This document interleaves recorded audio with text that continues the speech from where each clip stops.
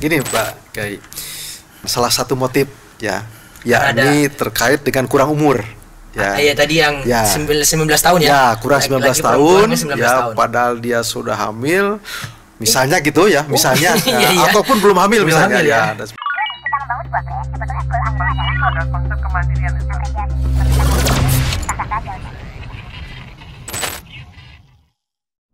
Alhamdulillah, salatu wassalamu ala rasulillah wa ala alihi wasahbihi wasallam. Baik, kembali lagi kita dengan Bincang Santai Rumesa TV. Kali ini kita bertiga nih ya. Masalahnya masih berlanjut dengan materi sebelumnya. Tadi Pak Yosep motif nikah siri Pak Yosep. Ya. Tadi baru satu, Ya. poligami. Yang Ya. lainnya apa Pak Yosep? Ya, gini Pak Kiai. Tadi dari Pak Kepala KUA sudah menyampaikan salah satu motif ya, yakni terkait dengan kurang umur. Ya, iya tadi yang ya. 19 tahun ya. Ya, kurang 19 tahun, 19 ya, tahun. padahal dia sudah hamil. Misalnya gitu ya, misalnya iya, iya. ataupun belum hamil Belum misalnya hamil, ya, ya. dan sebagainya. Bisa jadi sudah hamil ya, juga. bisa juga sudah hamil, ya didesak-desak gitu. Padahal belum siap untuk melaksanakan nikah secara resmi, baik siap dalam artian secara hukum maupun dari sisi mungkin umumnya masyarakat terus bagaimana.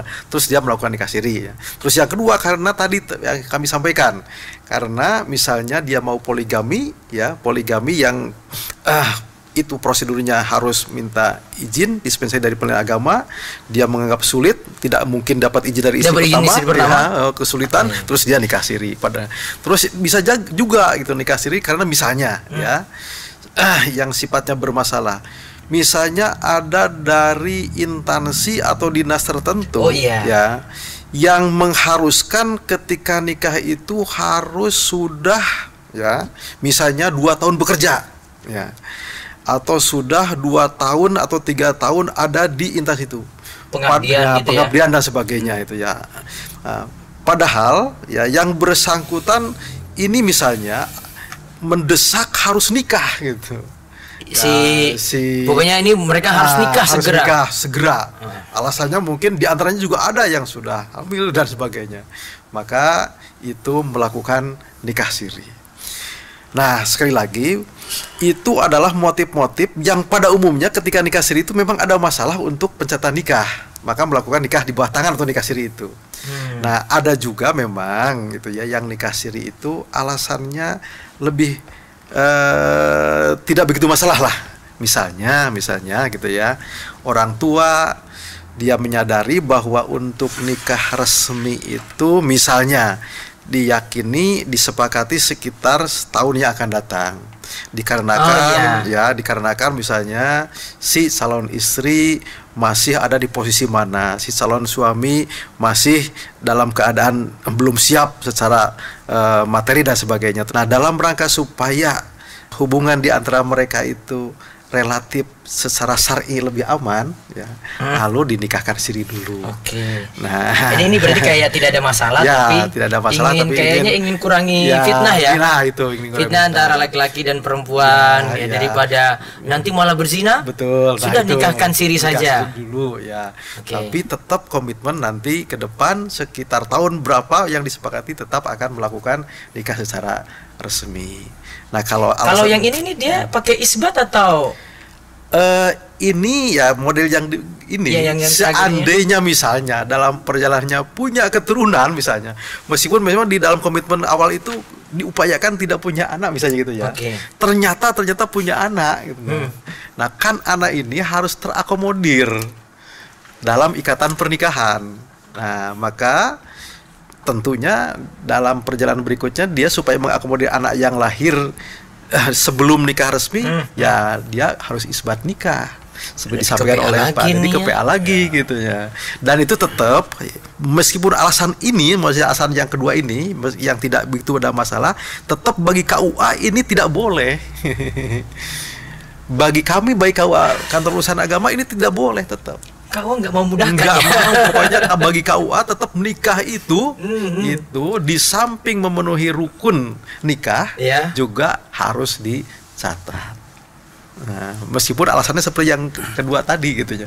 Karena memang akibatnya termasuk tadi seandainya ternyata punya anak gitu ya.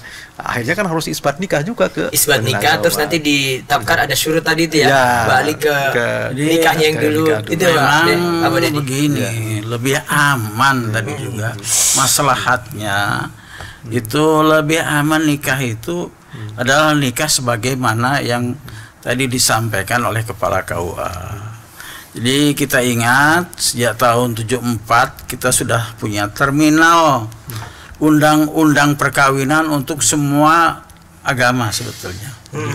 Undang-undang nomor 1 tahun 1974 itu menaungi semua ini.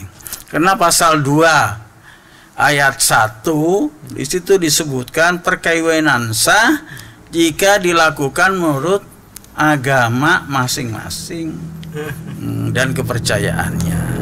Terus pasal 2 ayat 2-nya perkawinan itu harus dicatat. Jadi ada 2 item. 1 memenuhi aturan agama, 2 yaitu harus memenuhi aturan negara, harus dicatat. Ketaatan kepada pemerintah adalah wajib. Siap. Nah itu dari sisi fikihnya atiullaha wa atiur rasul wa ulil amri minkum. Nah di sini wa ulil amri minkum. Nah, maka oleh karena itu tidak sunnah itu nikah di luar tidak dicatat itu. Malah Masya Allah ini dapat insight baru ini, jadi tolong dicatat nih ya. Harus dicatat. Nah maslahatnya tadi sudah saya sampaikan beberapa item. Mafsadatnya juga tadi itu akan merugikan bagi para pihak kemudian harinya ya pada saat nikahnya sih nggak begitu ini. Nah tentang dispensasi nikah sekarang ini dengan adanya revisi undang-undang nomor 1 tahun 74 nikah di umur minimal 19 tahun dengan sekarang adanya khususnya ya di wilayah Yogyakarta ini ya dengan pergaulan bebas dan lain sebagainya itu berefek itu. Maka tidak sedikit motivasi daripada kawin siri dan dispensasi nikah diantaranya adalah karena pergaulan yang bebas. Disinilah perlu peran orang tua dan masyarakat sekitarnya menjaga pergaulan itu tidak sebebas yaitu karena itu ada efeknya bagi anak-anak itu. Nah, termasuk perkawinan dini juga berefek pada usia dini apalagi di masa setelah pandemi ini. Jangankan yang baru sekolah ya, sekolahnya belum tinggi, untuk mencari pekerjaan itu bukan yang mudah. Karena perkawinan itu akan timbul tanggung jawab, hak dan kewajiban masing-masing, termasuk kewajiban memenuhi maisah ekonominya. Nah, dengan adanya perkawinan dini, apalagi tidak punya penghasilan tetap, biasanya akan timbul perselisihan terus-menerus dan itu sebagai salah satu alasan dari perceraian, perselisihan terus-menerus itu. Jadi pernikahan dini juga banyak mafsadatnya, tapi juga ya maslahatnya mungkin menjaga itu menjaga hubungan laki-laki perempuan, Pak. Tapi lagi-lagi sekarang bagaimanapun pemerintah kita sudah menetapkan usia minimal usia 19 tahun itu mungkin dari segi fisik mungkin sudah dianggap mampu, dari ekonomi paling tidak sudah mampu bekerja gitu. Jadi itu kan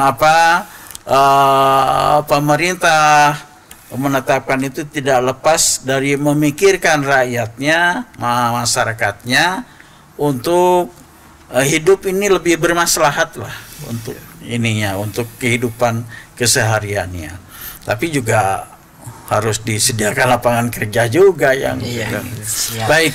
Ya. Jadi dengan adanya dispensasi ke pengadilan untuk ini, dengan adanya itu sudah perkawinan di bawah umur dan lain sebagainya itu oleh masyarakat masyarakat sekitar harus kita pikirkan lagi lah. Jangan sampai terjadi perkawinan dini yang akan merugikan, bukan hanya merugikan mereka yang menikah, tapi merugikan keluarga masing-masing. Oke. Nah ini yang perlu kita kita jaga. Oke. Ya. Mungkin Pak Yosef bisa tadi dilanjut oleh Pak Yosef. Ya, mungkin tambahan ya. Tambahan terakhir. Jadi terkait dengan nikah siri ini, kita ingin bahwa sebagai warga negara yang baik, dan itu adalah bagian dari pelaksanaan kesadaran beragama sebenarnya.